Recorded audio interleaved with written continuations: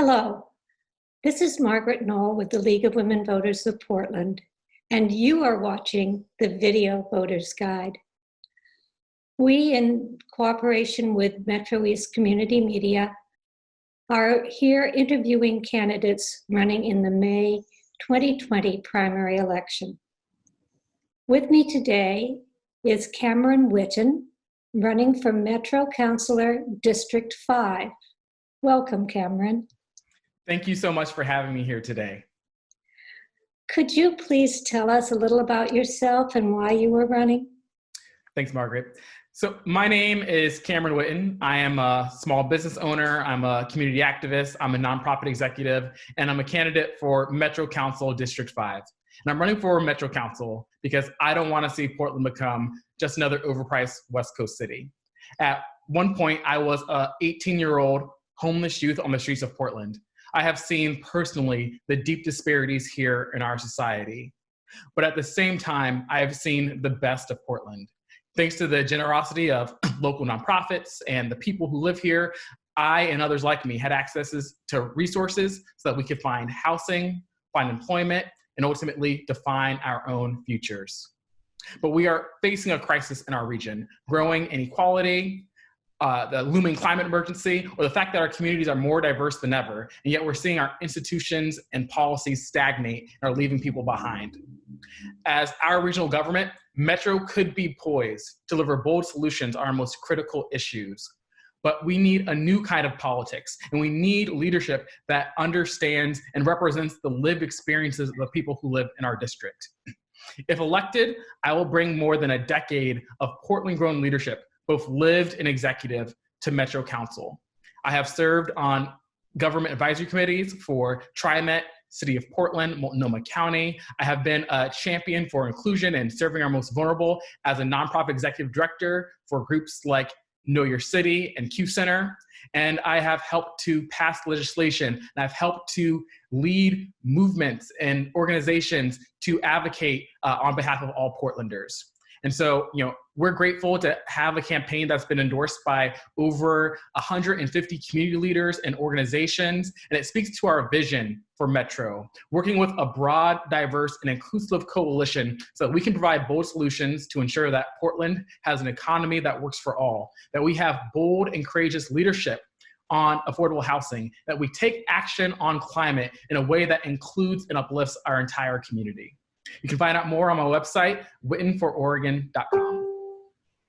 Okay, so tell me, what challenges to the effective and efficient operation of our Metro government will result from the pandemic, and how do you propose to meet those challenges?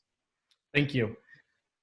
The pandemic has sent shockwaves through our society. I was originally born in New Jersey. I have most of my remote family who lives in New Jersey. I've already lost family members, and I know that they aren't the last. We're all seeing the shockwaves of this pandemic, and we know that our society has changed forever. Metro, as a regional government, is uniquely impacted by this. As many of you all might have seen in the news, Metro laid off 40% of its entire workforce. And as our regional government, it's very interesting because unlike other governments that we have here, so much of Metro's revenue comes from fee-for-service, whether that's from our venues, whether that's from the solid waste system, whether that's from construction excise. So much of what Metro actually provides in services comes from these fees, and we're facing an uncertain future. The reality is that we haven't planned for this, and as Metro Councilor, I will use my background as somebody who's been a leader of multiple organizations that have gone through transition, that have gone through financial crises, and I will bring that lens that we need to start doing crisis planning, to really do a deep assessment of the work that we're doing, working closely with our COO and all of our staff and our council to ensure that we are doing real-time responsive work. We can't just be looking, what do we do for a year from now? We have to be looking immediately at what's happening next week and really evaluating our budget. Metro's losing upwards of, 11 million a month now because of the economic shutdown.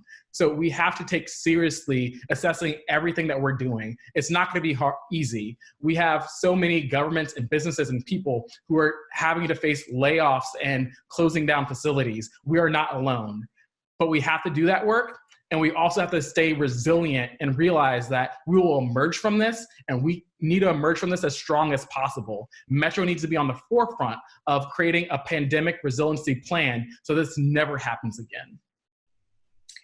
We only have about 3 minutes left, and we have 3 questions. So the next one is, Metro is in the process of drafting a regional transportation measure.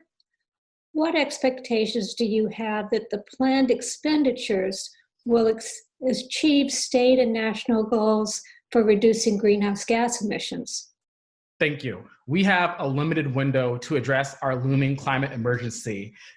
This transportation measure is important, and it's brought an entire region together to be looking at 40% of our emissions come from transportation. It does not go far enough. That's why I'm a huge champion for congestion pricing. We need to do more to address the issue of greenhouse emissions. And in addition to doing that on transportation, we have to be looking at our solid waste system. We need to look at our waste streams, especially when it comes to food, when it comes to other paper and plastic. We have to look at these waste streams and make sure that Metro is also leading in that area so that we prevent increasing greenhouse gases.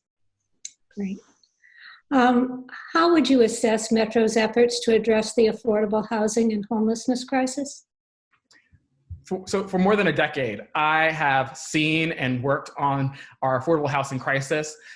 I was calling on local leaders to take action long before there was a housing state of emergency that was declared. And sadly, we acted too late, and the problem has only grown worse. And now the resources that we need to address the problem have become even more. And so we know this is a regional crisis. We hear it from our business community, from teachers, students, parents, from everybody. We need Metro to be a leader. We've just taken our first steps, and I, as somebody who's been a housing champion, someone who's endorsed by 14 of Portland's most prominent affordable housing leaders, as Metro Councilor, I will help to build that coalition so that we have a regional affordable housing plan, and that the 25 jurisdictions within Metro are all equipped and empowered to deliver affordable housing goals for our entire region. What is your position on the Metro ballot measure 26210 to support homeless services with a high earners tax and a business profits tax? And could you please explain? Thank you. The reality is that we're dealing with an affordable housing crisis and a homelessness crisis. The crisis became so serious that the heads of the 3 counties, Clackamas, Washington, Multnomah, went to Metro saying that we need regional leadership. I applaud the work that we've seen happen here in Portland and Multnomah County, where historic levels of funding have gone into affordable housing and homelessness services. But if you're a homeless family in Washington or Clackamas, you're not looking, what county line am I in? Where do I go for services? We need these resources to be region-wide because we know that the challenge is so serious and that there are bold solutions to addressing homelessness. They're just underfunded. So if we want to actually address this, we have to look at it through a regional level. And I've been widely outspoken. You can see me on the Here Together Facebook page. I've been working with these leaders to ensure that we do get this passed because we don't have another option. Well, thank you very much. This has been the Video Voters Guide. Thank you for watching. The primary election is on Tuesday, May 19th. Please inform yourself about the candidates and ballot measures and exercise your right to vote.